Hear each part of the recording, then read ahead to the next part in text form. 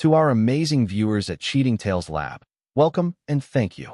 Your presence makes these stories worth sharing. We'd love to hear, which part of the world are you joining us from? Let us know. Now, let's dive into today's story. Chapter 1, The Homecoming. Staff Sergeant Cole Morrison stood at the edge of his front lawn, his duffel bag weighing heavy on his shoulder.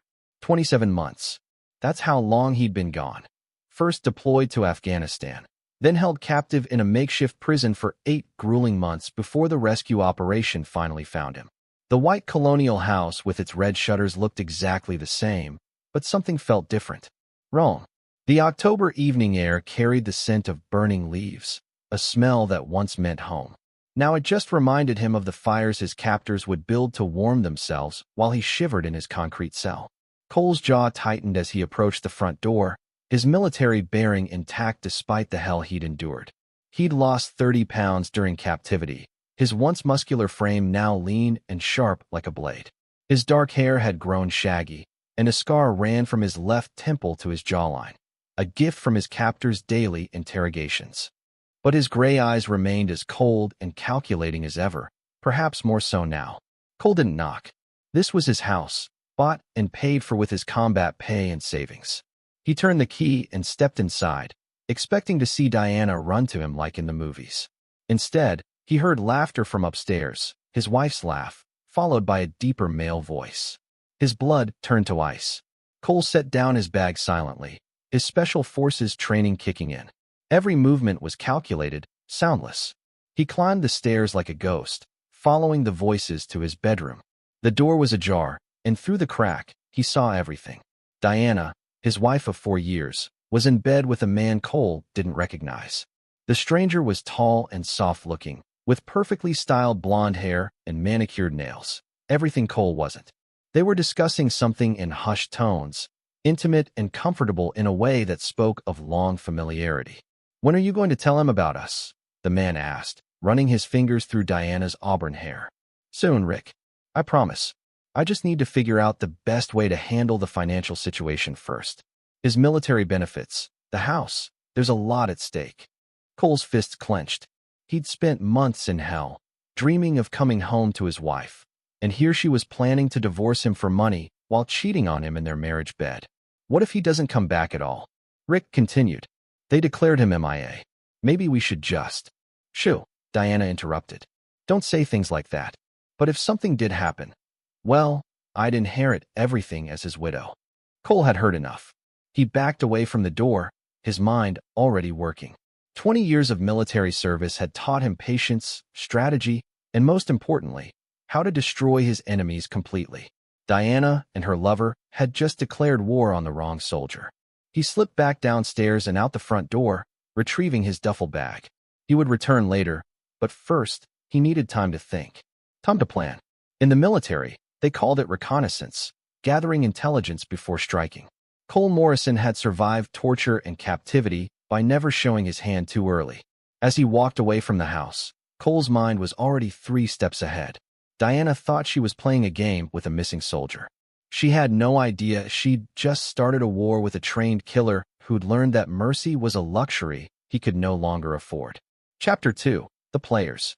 Diana Morrison sat at her vanity, applying lipstick with practiced precision.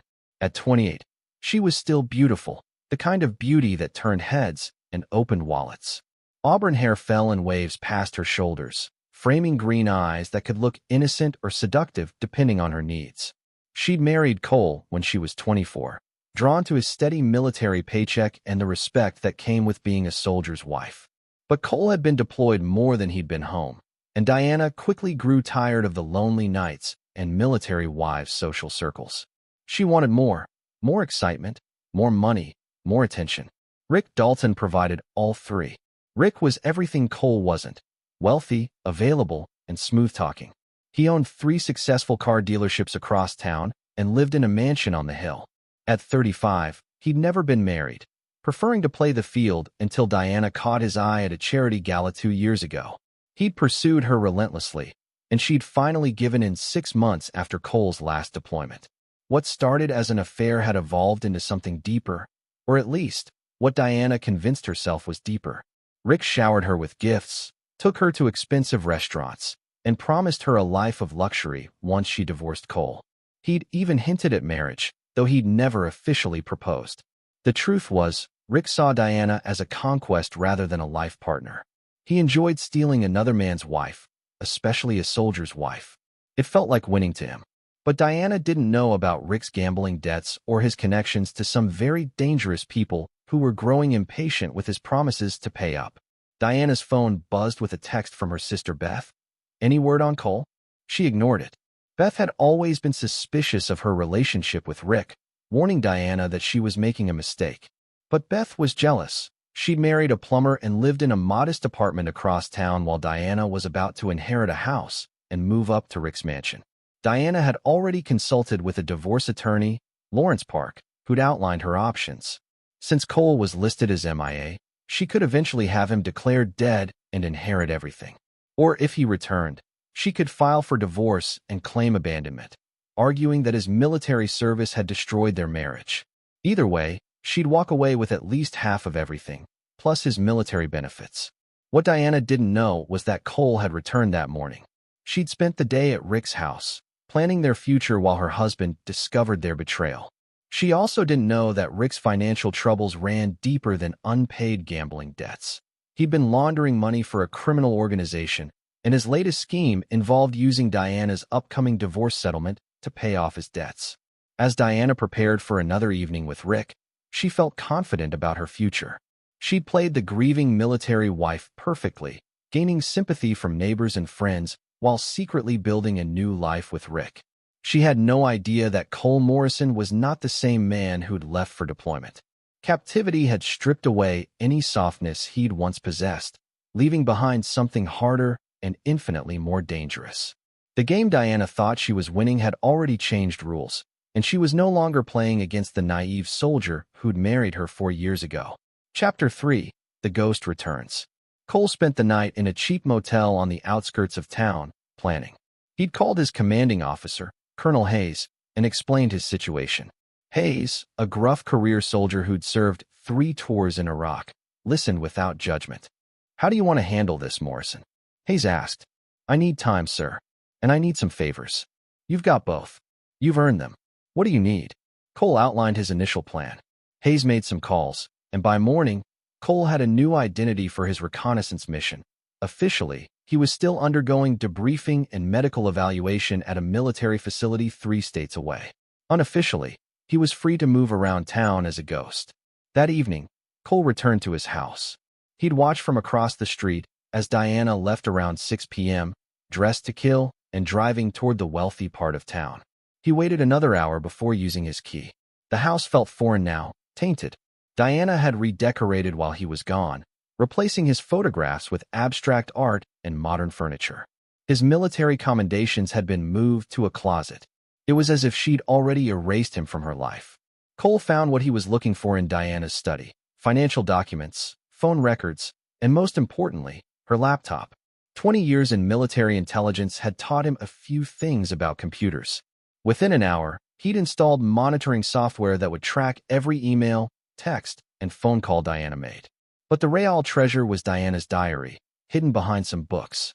She'd always been old-fashioned about some things, preferring pen and paper for her most private thoughts. Cole read 3 months' worth of entries, his expression growing darker with each page. "Rick says he'll leave his wife for me, but he's not married. Why does he lie about small things? Sometimes I wonder if I can trust him, but then he takes me somewhere expensive and I forget my doubts." Cole's unit was ambushed again. Part of me hopes, no, I can't write that down, but it would solve so many problems. Rick owes money to some scary people. He showed me pictures of what they do to people who don't pay.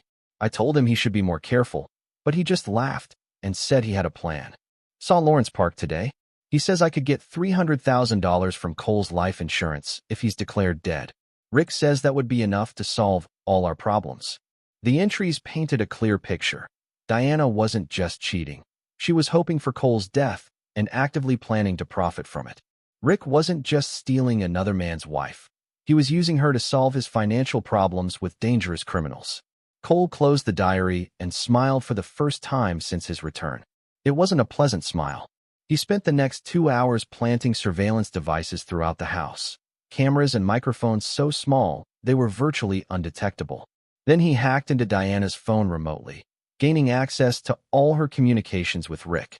By midnight, Cole had a complete picture of his enemies. Diana was driven by greed and selfishness, but she was essentially weak. Rick was the real threat, manipulative, connected to criminals, and willing to hurt people to get what he wanted. Both of them had underestimated the man they were betraying. Cole returned to his motel and began planning Phase 2. His military training had taught him that the best operations were surgically precise, identify the target's weaknesses, exploit them systematically, and strike when they least expected it. Diana and Rick thought they were playing a simple game of adultery and divorce. They had no idea they'd targeted a man who'd survived 8 months of psychological torture by learning to think 10 steps ahead of his enemies. They'd made 2 crucial mistakes. They'd underestimated their opponent, and they'd left evidence of their crimes in writing. Cole opened his laptop and began typing a detailed operational plan. By the time he was finished, dawn was breaking over the motel parking lot, and Diana Morrison had less than a week of freedom left. Chapter 4: Intelligence Gathering. Cole's surveillance network paid dividends immediately. Over the next 3 days, he monitored every conversation Diana had with Rick, her lawyer, and her friends. The audio quality was crystal clear, and the hidden cameras provided visual confirmation of everything he suspected.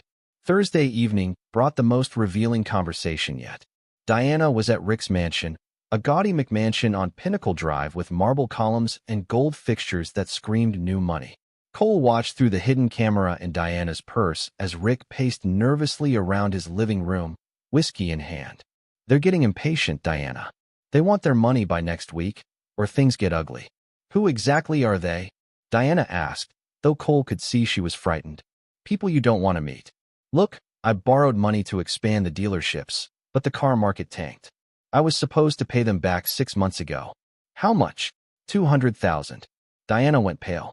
Rick, that's more than Cole's life insurance. No, it's not. You said he had a $400,000 policy through the military. Cole made a note. Diana had been lying to Rick about the insurance amounts, probably skimming some for herself. Even in their criminal partnership, she was planning to cheat her partner. The military is investigating the ambush, Diana said. They might find Cole alive. Rick's expression darkened. Then we need to make sure they don't. Cole's blood ran cold as Rick continued. I know people who can arrange accidents. Military investigations can be compromised. You're talking about murder, Diana whispered. I'm talking about survival. These people I owe money to, they don't just break legs. They make examples. I've seen photos of what they did to the last guy who couldn't pay. Diana was quiet for a long moment. Then, what would you need me to do? Cole had heard enough. He now had recorded evidence of conspiracy to commit murder. But he wasn't ready to involve the authorities yet. He wanted Rick and Diana to dig their hole deeper. The next morning, Cole made a phone call to an old Army buddy, Sergeant Major Tom Rodriguez, who now worked private security. Tom, I need a favor. Remember those investigation skills we learned in intelligence? Of course I do. What's the situation? Cole explained about Rick's criminal connections. I need to know who he owes money to and what kind of timeline we're looking at. Tom worked fast. By afternoon, he'd called back with disturbing news. Your boy Rick is in deep with the Kozlov organization. Eastern European outfit, runs drugs and money laundering through legitimate businesses. Viktor Kozlov doesn't forgive debts, and Rick's been dodging him for months. How do you know all this? Because Kozlov's been on FBI radar for 2 years. I've got a contact at the bureau, Agent Linda Hayes. She's Colonel Hayes' daughter, by the way. She's been building a case against Kozlov, but they need more evidence. Cole smiled grimly. What kind of evidence? Financial records, recorded conversations, anything proving money laundering through legitimate businesses like, say, car dealerships. The pieces were falling into place perfectly. Cole thanked Tom and hung up, then spent the evening reviewing everything he'd recorded. Rick's conversations weren't just about debt. They included detailed discussions about moving money through his dealership books, falsifying sales records, and paying Kozlov's organization through fake transactions. Cole had enough evidence to destroy Rick's business and send him to prison. But he wanted more. He wanted Diana to incriminate herself completely, and he wanted Rick to suffer the way Cole had suffered in captivity, helpless, betrayed, and facing an enemy who held all the cards. Saturday morning, Cole implemented the next phase of his plan. He created an anonymous email account and sent Diana a message that would drive her deeper into Rick's criminal web. Mrs. Morrison, I represent certain parties interested in your husband's current status. We understand you may be inheriting significant assets soon. Perhaps we could meet to discuss mutually beneficial arrangements. Time is a factor. Cole watched through his hidden cameras as Diana read the email, her face cycling through confusion, fear, and finally, greed. She immediately called Rick. Someone knows about Cole, she said. They want to meet about his assets. What kind of someone? They didn't say, but they mentioned time being a factor. What if it's those people you owe money to? Rick was quiet for a moment. Then, maybe that's not a bad thing. If they're willing to wait for Cole's insurance money. Are you suggesting we make a deal with criminals? I'm suggesting we survive. Cole leaned back in his motel chair, satisfied. Diana and Rick were about to walk willingly into his trap, thinking they were negotiating with Kozlov's people for more time. Instead, they'd be confessing their crimes to a federal agent who'd been hunting Kozlov for 2 years. The game was almost over, but Cole wasn't ready for checkmate yet. He wanted to see just how far his wife and her lover would go to betray him. Chapter 5, The Trap Tightens. Agent Linda Hayes sat across from Cole in a secure conference room at the FBI field office. She was in her early 30s, with sharp features and intelligent dark eyes that reminded Cole of her father, Colonel Hayes. She'd already reviewed the surveillance footage and audio recordings Cole had provided. This is exactly what we've been looking for, she said. Rick Dalton's dealerships have been on our radar as potential money laundering fronts, but we couldn't get inside. Your evidence gives us probable cause for warrants. I want to take this further, Cole said. My wife and her lover are planning to have me killed. I want them to confess to everything on record. Agent Hayes studied him carefully. What did you have in mind? Cole outlined his plan. It was elaborate, dangerous, and completely illegal by normal law enforcement standards. But Agent Hayes had been hunting the Kozlov organization for 2 years without success, and Cole's personal vendetta happened to align perfectly with federal interests. You understand that if this goes wrong, you could be killed? She asked. I've been dead before. It didn't take. They spent 3 hours planning the operation. Agent Hayes would pose as a representative of the Kozlov organization, meeting with Diana and Rick to discuss their debt situation. Cole would be nearby, recording everything, while a full FBI surveillance team monitored from concealed positions. The meeting was set for Wednesday evening at an abandoned warehouse on the industrial side of town, a location that would make Diana and Rick nervous enough to reveal their true intentions while giving the FBI team multiple vantage points for surveillance. Monday morning, Cole sent another anonymous email to Diana. Mrs. Morrison, your cooperation is appreciated. Wednesday, 8 p.m., Warehouse District, 1247, Industrial Boulevard. Come alone with your partner. Bring documentation of all assets. This is not optional of our timeline. Cole watched through his surveillance system as Diana and Rick panicked. They spent Monday afternoon destroying evidence, transferring money between accounts, and making increasingly desperate phone calls to contacts who might help them disappear if things went wrong. But they also did something Cole hadn't expected. They began planning to eliminate him permanently. Tuesday evening, Cole listened from his motel room as Rick made a phone call to someone named Eddie. I need a favor, Eddie. Remember that thing we discussed about making problems disappear? What kind of problem? Military guy. Might be coming back from overseas soon. Needs to have an accident before he can cause trouble. That's not my usual thing, Rick. I'll pay $50,000. When? After I collect on his life insurance. Eddie agreed to meet Wednesday morning to discuss details. Cole realized with cold satisfaction that Rick was trying to hire a hitman, while simultaneously planning to confess his money laundering activities to federal agents. The man was even stupider than Diana. Wednesday afternoon, Cole positioned himself in an abandoned building across from the warehouse, equipped with military-grade surveillance equipment Tom Rodriguez had provided. Agent Hayes and her team were already in position, with cameras and microphones throughout the warehouse. At exactly 8 p.m., Diana and Rick arrived in Rick's Mercedes. They looked terrified but determined, carrying a briefcase full of financial documents and a laptop with detailed records of Rick's money laundering operations. Agent Hayes met them at the warehouse entrance, dressed in an expensive suit and projecting an aura of quiet menace that Cole recognized from his own military training. She led them inside to a table illuminated by a single overhead light. "You're in debt to my organization," she began without preamble. "We're here to discuss repayment terms." "How much do you know?" Rick asked nervously. "We know about the car dealerships. We know about the fake sales records. We know about your wife's insurance policy." "She's not my wife," Diana interjected. "Her husband is missing in action. Probably dead. Probably isn't certainty. We need certainty." Rick leaned forward. "What if we could guarantee certainty? What if the husband never came back?" Agent Hayes raised an eyebrow. "Are you proposing what I think you're proposing?" "I'm saying I have connections. People who can arrange accidents. For the right price." "And what price would that be?" Diana opened the briefcase. "We have documentation of all his assets. Military life insurance, the house, savings accounts. Close to $500,000 total. But we need time," Rick added. "And we need the husband eliminated cleanly. No investigation, no questions." Agent Hayes pretended to consider this.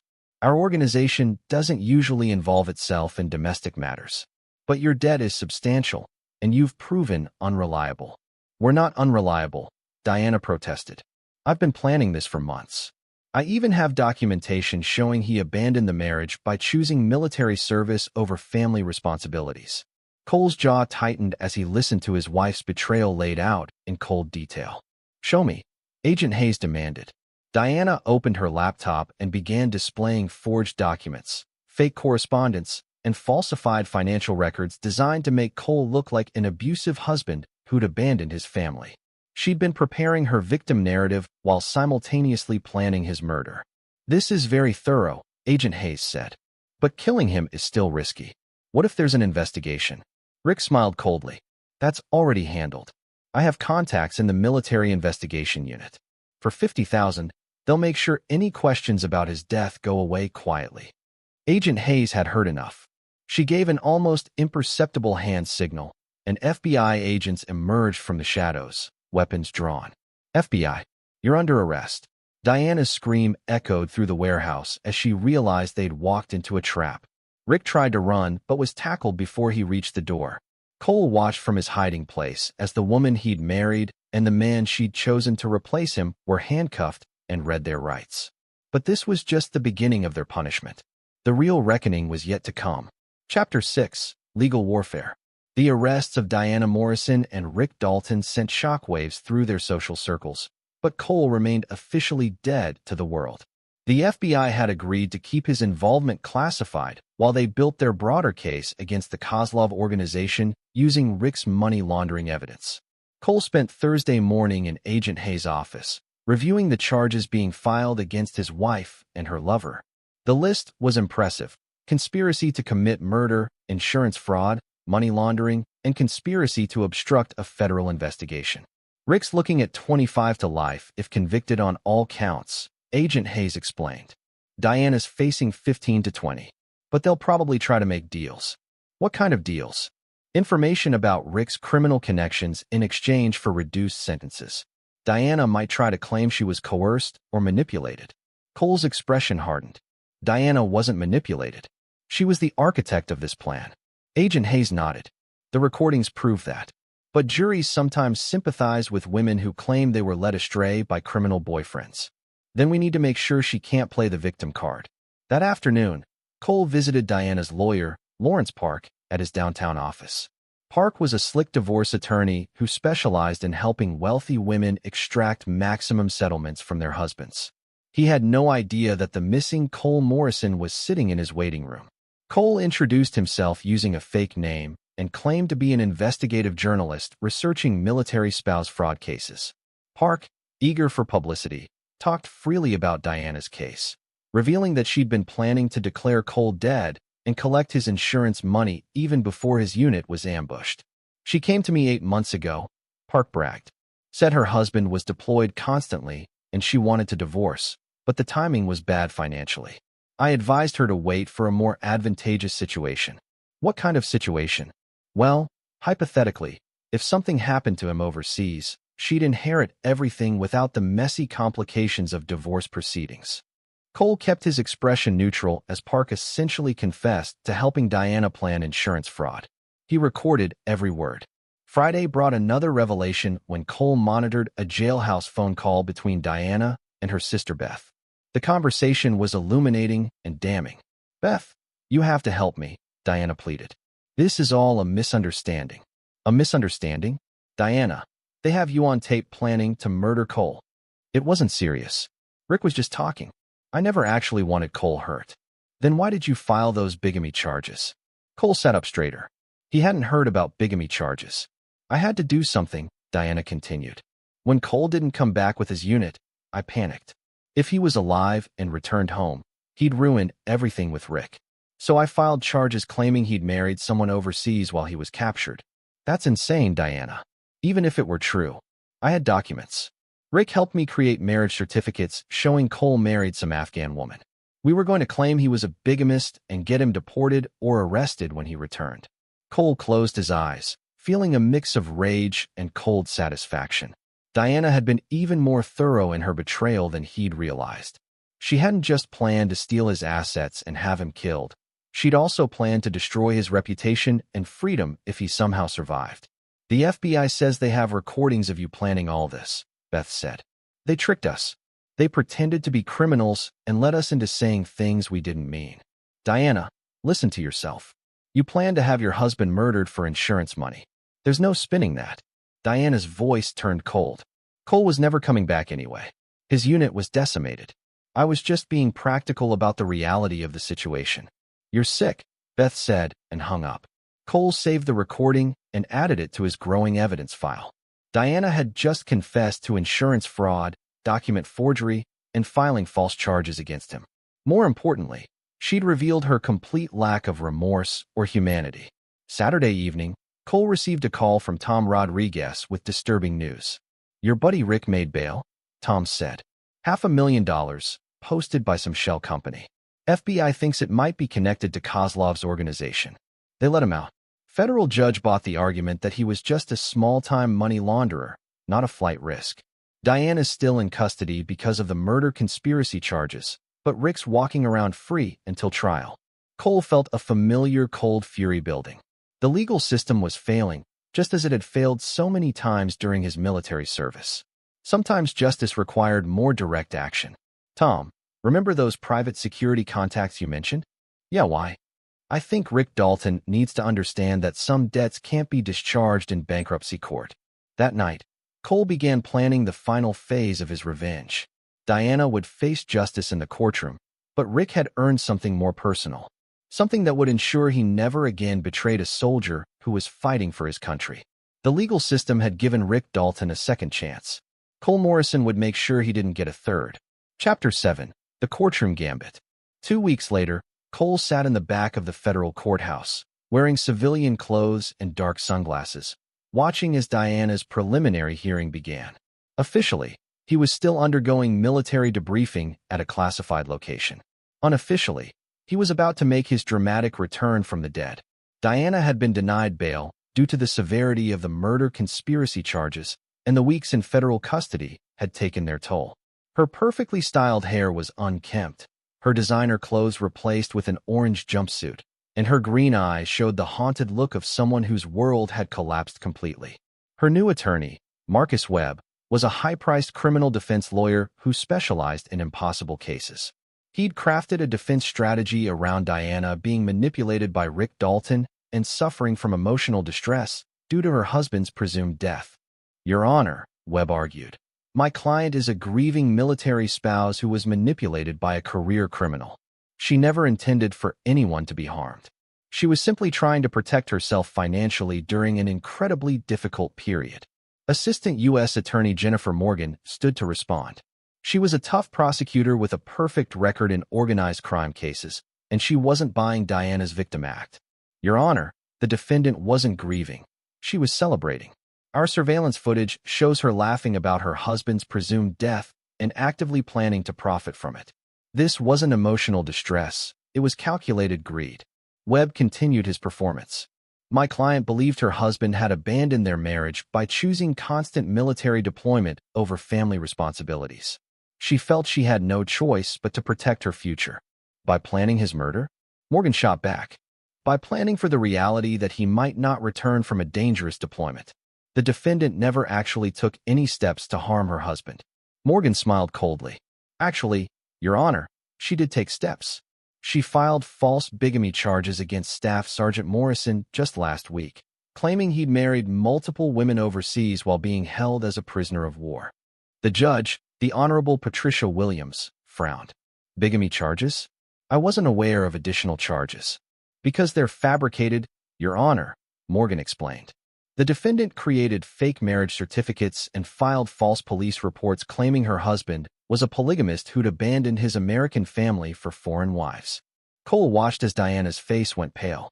The bigamy gambit had been her backup plan in case he returned alive, but it was now being used as evidence of her malicious intent. Your Honor, Webb protested. Those charges were filed in good faith based on information my client received. From her co-conspirator Rick Dalton, who created the forged documents. Morgan interrupted. We have recorded conversations of them discussing the fabrication process. Judge Williams looked stern. Mr. Webb, your client doesn't sound like a grieving widow. She sounds like someone who was actively working to destroy her husband's life and reputation. Your Honor, if I may. Webb was interrupted by a commotion at the back of the courtroom. The doors burst open, and Agent Hayes strode in with two other federal agents. Your Honor, Agent Hayes announced. We need to speak with Mrs. Morrison about her connections with certain contacts who are now in federal custody. Diana turned pale as Agent Hayes continued. We've arrested Eddie Torino, the hitman Rick Dalton hired to eliminate Staff Sergeant Morrison. Mr. Torino has provided detailed testimony about the defendant's direct involvement in planning her husband's murder. The courtroom erupted in whispers. Webb tried to object, but Judge Williams called for order. Agent Hayes, this is highly irregular. I apologize, Your Honor, but we've just apprehended the individual who was hired to carry out the planned killing. He's confessed to the entire conspiracy and implicated Mrs. Morrison as a co-conspirator who provided detailed information about her husband's habits and schedule. Cole watched as Diana's carefully constructed defense crumbled in real time. Her face had gone from pale to ashen, and she was whispering frantically to Webb. Your Honor, Morgan said. In light of this new evidence and testimony, the prosecution requests that Mrs. Morrison be held without bail pending trial on additional charges of conspiracy to commit murder in the first degree. Webb tried desperately to salvage the situation. Your Honor, my client has been manipulated by career criminals. Mr. Webb, Judge Williams interrupted. Your client appears to have been the one doing the manipulating. Based on the evidence presented today, including the fabricated bigamy charges and now testimony from a hired killer, it's clear that Mrs. Morrison was not a victim but an active participant in a complex criminal conspiracy. Cole stood up in the back of the courtroom. It was time for his dramatic entrance. Your Honor, he said in a clear, strong voice that carried across the silent courtroom, if I may address the court. Every head in the room turned toward him. Diana's eyes went wide with recognition and terror. I am Staff Sergeant Cole Morrison, United States Army. I've been officially declared missing in action, but as you can see, reports of my death have been greatly exaggerated. The courtroom exploded in chaos. Diana screamed and tried to lunge toward Cole before being restrained by bailiffs. Webb looked like he'd seen a ghost, while Morgan smiled with satisfaction. Judge Williams banged her gavel for order. Staff Sergeant Morrison, I presume you have something to add to these proceedings? Cole walked down the aisle, his military bearing evident in every step. He stopped directly in front of Diana, looking down at the woman who'd tried to have him killed. Your Honor, I've spent the last month listening to my wife plan my murder while I was being held as a prisoner of war. I've heard her laugh about my presumed death, forge documents to destroy my reputation, and actively participate in hiring someone to ensure I never returned home alive. Diana was sobbing hysterically now, her victim narrative completely destroyed by Cole's living presence. She's not a grieving widow, Cole continued. She's a calculating criminal who saw my military service as an opportunity for personal profit. And she's not done yet. Chapter 8, The Reckoning Revealed. Cole reached into his jacket and pulled out a thick folder of documents. Your Honor, I have evidence that this conspiracy goes deeper than just insurance fraud and attempted murder. Judge Williams looked intrigued. Proceed, Staff Sergeant. During my month of investigation, I discovered that my wife and her co-conspirator Rick Dalton have been using my military status and presumed death to defraud multiple organizations. They've collected unauthorized survivor benefits, filed false claims with veteran support charities, and even established a fake memorial fund in my name. Morgan stepped forward. Your Honor, the prosecution was not aware of these additional crimes. Because they're not federal crimes, Cole explained. They're military crimes that fall under the Uniform Code of Military Justice.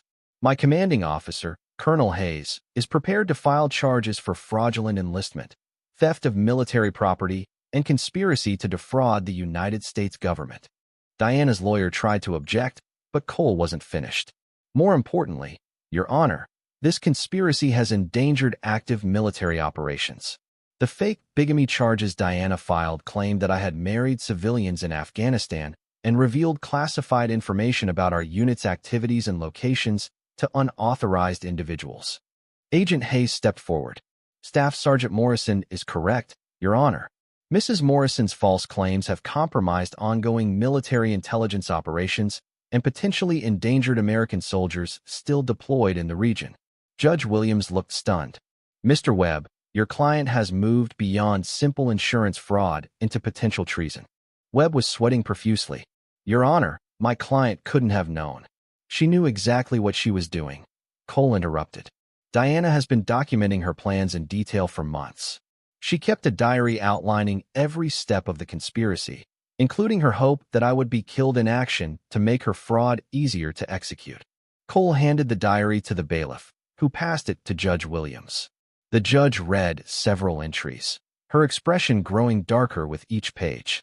Mrs. Morrison, Judge Williams said coldly, these entries suggest that you were not just planning to profit from your husband's death, but that you were actively hoping for it. Diana finally found her voice. He left me alone. He chose the military over his family.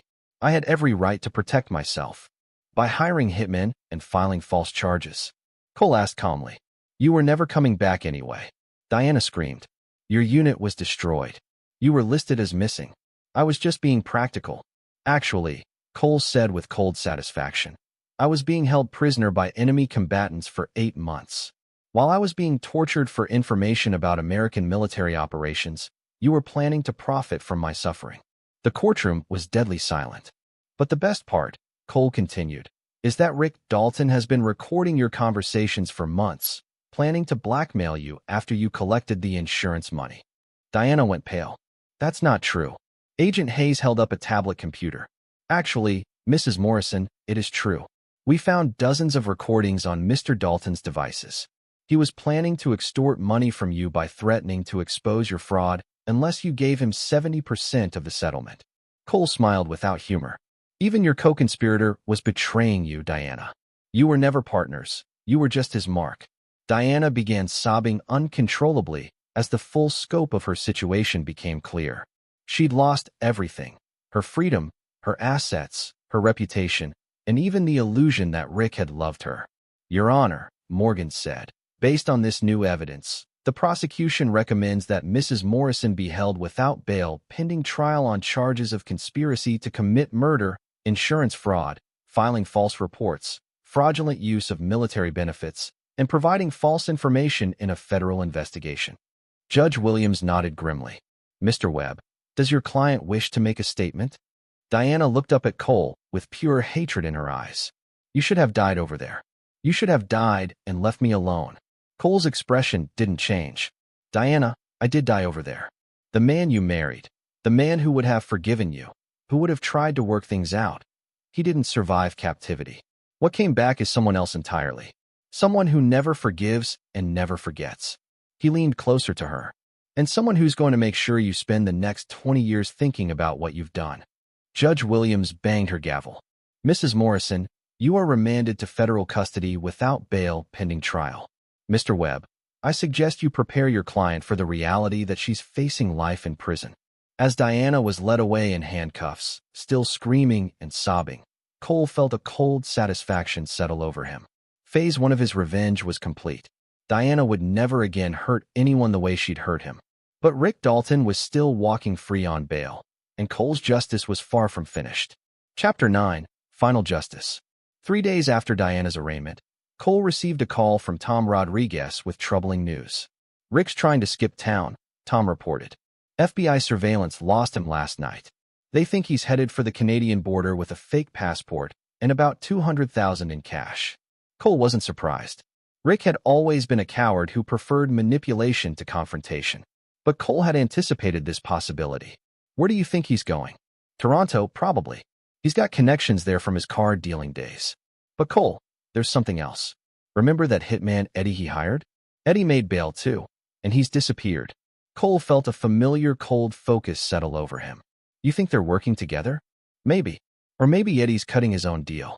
Either way, you've got two dangerous men with nothing left to lose and every reason to want you dead."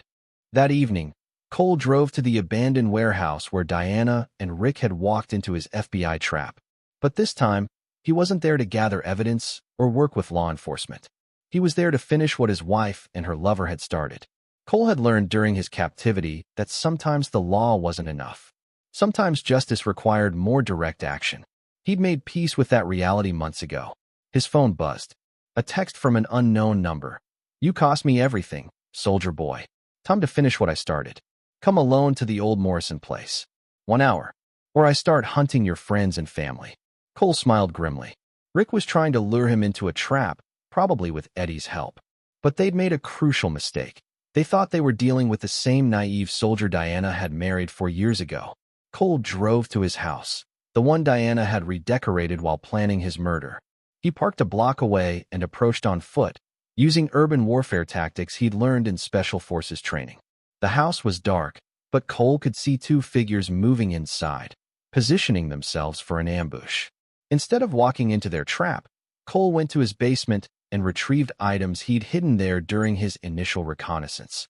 Military-grade surveillance equipment, night vision goggles, and other tools that weren't quite legal for civilian use, but that Tom Rodriguez had provided without asking too many questions.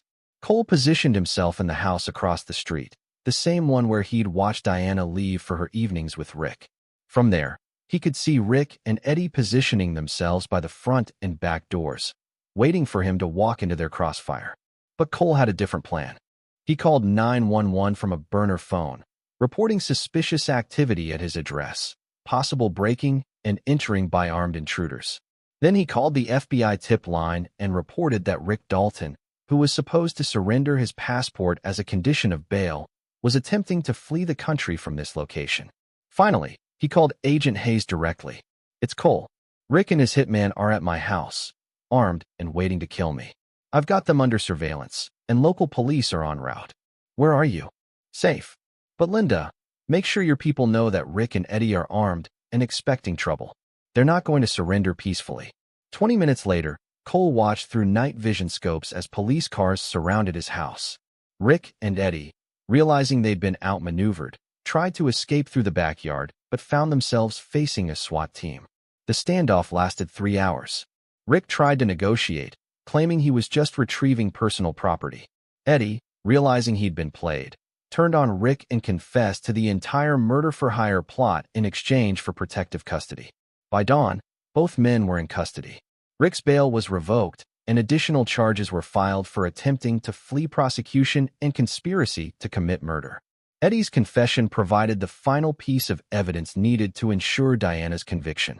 3 months later, Cole sat in the same federal courthouse where Diana had been arrested, watching as she was sentenced to 25 years in federal prison without possibility of parole. Rick received 30 years, and Eddie got 15 years in exchange for his cooperation.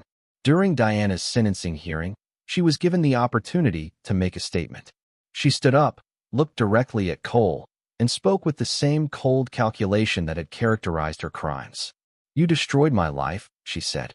"You could have just divorced me quietly and moved on. But you had to be cruel about it." Cole stood up from the gallery. Judge Williams allowed him to respond. "Diana, I didn't destroy your life. You destroyed it when you decided that my military service was less important than your personal comfort. You destroyed it when you chose to betray the man who was fighting for your freedom. And you destroyed it when you decided that murder was preferable to honest conversation. He paused, letting his words sink in. I spent 8 months in hell, dreaming of coming home to you. You spent those same 8 months planning to profit from my death. The difference between us is that my loyalty survived torture. Yours didn't survive boredom. Diana started to respond, but Cole continued. You asked me once why I chose the military over family. The answer is simple. I chose duty over selfishness, honor over convenience, and loyalty over betrayal. Those are choices you'll never understand, which is why you'll spend the next 25 years in a cell, thinking about the life you threw away for 30 pieces of silver. Judge Williams banged her gavel. Mr. Morrison, that's enough. Cole nodded and sat down. He'd said what needed to be said. As Diana was led away in handcuffs, she looked back at Cole one final time. The hatred in her eyes had been replaced by something else: fear, regret, and the dawning realization that she'd destroyed her life for nothing. Cole watched her disappear through the courthouse doors, feeling a cold satisfaction settle over him. The naive soldier who'd married Diana Morrison was truly dead now, killed not by enemy combatants, but by the woman who'd promised to love and honor him. What remained was something harder, colder, and infinitely more dangerous. A man who'd learned that mercy was a luxury he could no longer afford, and that justice sometimes required more than legal proceedings. Cole Morrison had survived 8 months of torture by enemy combatants. But it was coming home to betrayal that had truly forged him into someone new. Someone who never forgot, never forgave, and never again made the mistake of trusting anyone who hadn't earned it through blood and sacrifice. 3 years later, Cole received a letter from federal prison.